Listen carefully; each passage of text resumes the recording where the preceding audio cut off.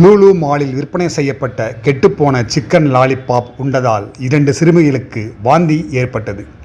Kovai Lakshmi mill சந்திப்பில் இயங்கி வரும் லூலு மால் நிறுவனத்தில் சசிகுமார் என்பவர் தனது 2 குழந்தைகளுடன் சென்றுள்ளார். அங்கு விற்பனை செய்யப்பட்ட roasted chicken sandwich, chicken lollipop வாங்கி உண்பதற்கு கொடுத்துள்ளார். சாப்பிட்டு முடித்துவிட்டு பார்சல் வாங்கி கொண்டு வெளியே வந்தபோது 2 குழந்தைகளும் கடுமையாக வாந்தி எடுத்துள்ளனர். லூலு மாலில் வாங்கிய சிக்கனை பிரித்து பார்த்தபோது அதிகப்படியான துர்நாற்றம் வீசியுள்ளது.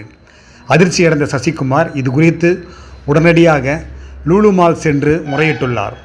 ஆனால் லூலு மால் நிர்வாகத்தினர் அலட்சியமாக பதில் கூறியதாக தெரிவித்தார். கெட்டுப்போன சிக்கனை விற்பனை செய்து சுகாதார சீர்கேடு ஏற்படுத்திய லூலு மால் மீது உரிய நடவடிக்கை எடுக்க வேண்டும் என பாதிக்கப்பட்ட குழந்தைகளின் பெற்றோர் கோரிக்கை விடுத்துள்ளனர்.